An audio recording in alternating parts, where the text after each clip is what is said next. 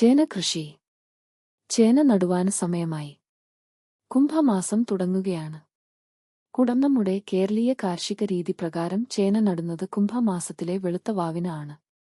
അന്ന് ചേന നട്ടാൽ പൂർണ്ണ ചന്ദ്രനെപ്പോലെ വലുപ്പമുള്ള കുടം പോലെയുള്ള ചേന കിട്ടും എന്നാണ് വിശ്വാസം. കുംഭചേന കുടത്തോളം എന്നൊരു ചൊല്ല് നമ്മുടെ നാട്ടിൽ ഉണ്ടല്ലോ. ചേന നടുന്ന വിധം പറയാം.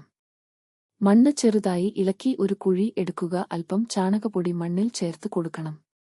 ഏതാണ്ട് സാമാന്യം വലിപ്പത്തിൽ അല്പം മുളയോടുകൂടി ചേന പൂൾ വെട്ടണം. വെട്ടിയ പൂൾ ചാണക വെള്ളത്തിൽ മുക്കി 3 ദിവസം തണലത്ത് ഉണക്കണം.